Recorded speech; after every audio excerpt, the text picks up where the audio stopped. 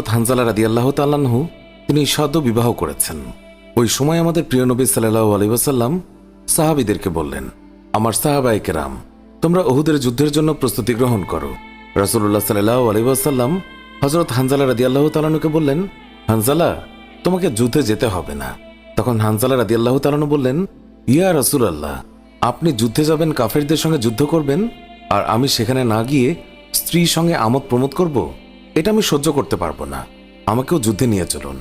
রাসূলুল্লাহ সাল্লাল্লাহু আলাইহি ওয়াসাল্লাম তখন বললেন, হানজালা, আমি তোমাকে আদেশ দিলাম, তুমি বাড়িতে থাকো, তোমাকে যুদ্ধে যেতে হবে না। হানজালা তখন নবীর আদেশ শুনে কাঁদতে কাঁদতে বাড়ি চলে গেল। আমাদের প্রিয় নবী সাল্লাল্লাহু আলাইহি ওয়াসাল্লাম সাহাবীদেরকে নিয়ে যুদ্ধে চলে গেছেন। এদিকে সাহাবী হানজালা তার স্ত্রীর সঙ্গে রাত কাটানোর পর তার উপর গোসল ফরজ হয়ে গিয়েছে, তাই সে গোসল করতে গেছেন, পানি নিয়ে দাঁড়িয়েও গেছেন।